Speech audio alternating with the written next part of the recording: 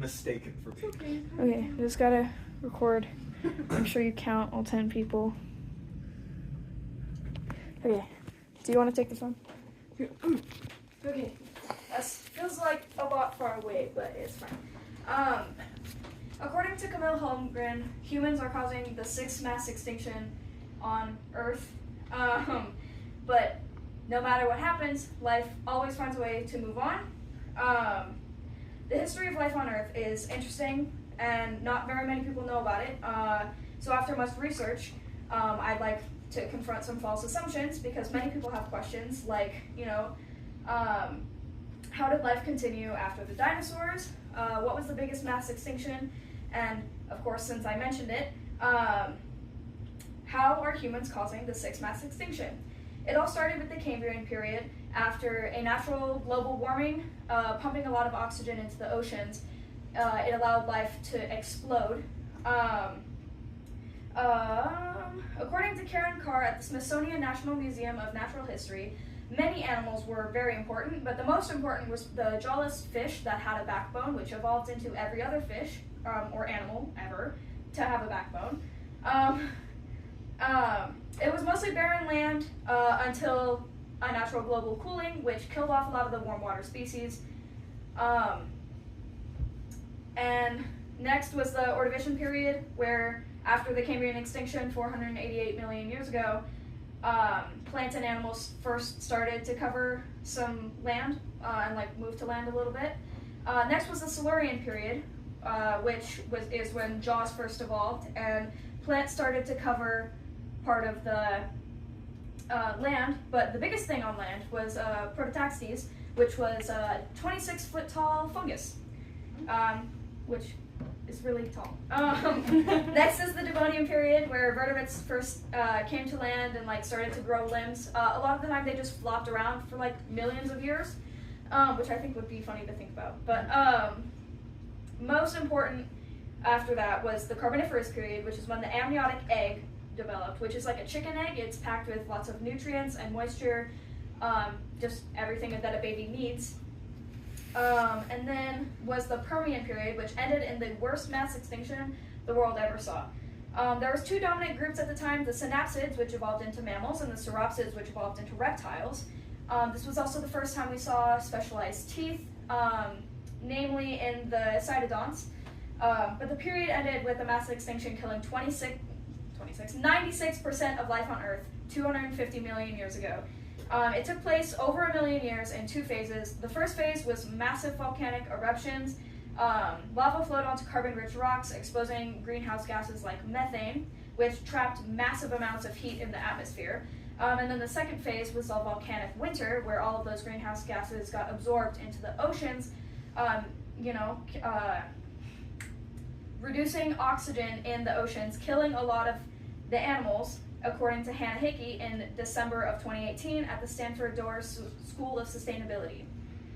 Turning to during and after the dinosaurs, next was the Triassic period, which is when life was recovering.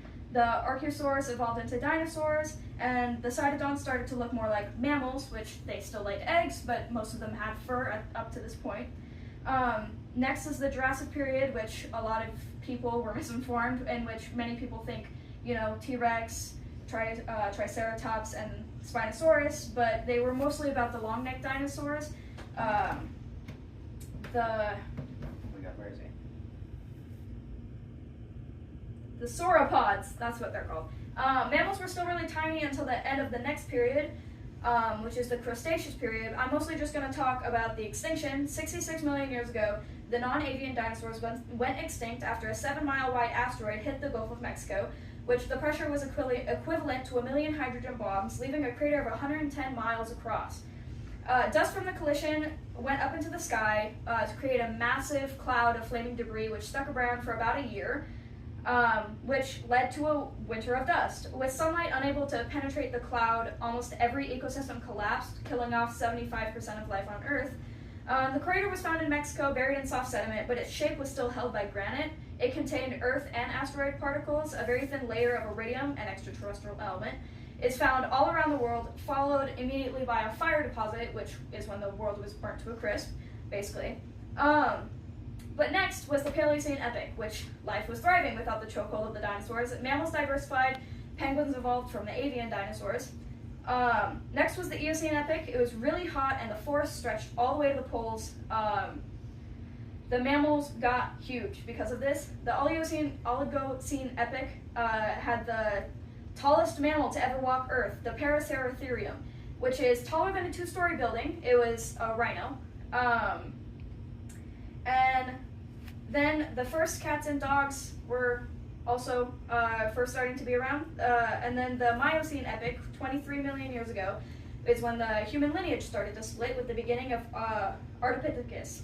Then next was the Pliocene epoch, which North and South America were connected, which many of the Ice Age animals started to appear for the first time, like woolly mammoths, saber-toothed tigers, stuff like that. Then the humans started to look more like humans with Australopithecines, leading to Homo erectus, the first actual human species. Next was the Pliocene epoch, in which, the Ice Age, basically. Appearances of Homo sapiens in Africa met other humans like the Denisovans and the Neanderthals for the first time, bred with all of them a little bit. The final point I really want to make here is we are currently in the Holocene epoch. There are a lot of prehistoric looking animals that we do have today that just went recently extinct, like the dodo bird, which was alive until the 1600s, and the Tasmanian tiger, which was alive until 1936. All of these species went extinct due to the evolution of Homo sapiens. At the beginning of this epoch, humans domesticated anything and everything you can think of. Societies turned to civilizations, empires controlled certain regions, and technology exponentially grew, but also pressure on natural resources heavily increased because of that, separating us from where we came from.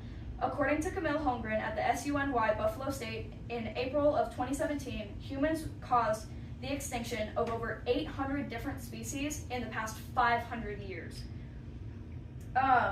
With the knowledge gained from our exploration, you now know the answers to the questions: how did life continue after the extinction of the dinosaurs? Was the extinction of the dinosaurs the biggest mass extinction? And how are humans causing the 6th mass extinction? No matter what happens, life will always find a way to continue, but let me leave you with this to ponder. What would have been different had the dinosaurs never been hit with the asteroid? Or consider the potential non-existence of humans had the non-avian dinosaurs stuck around because of that. Imagine if there was no 6th mass extinction because humans didn't exist, because there was no asteroid. So, what do you think kind of animals would have developed and how they would have developed differently had the dinosaurs not died? Okay, hold on. Gotta still record everybody again.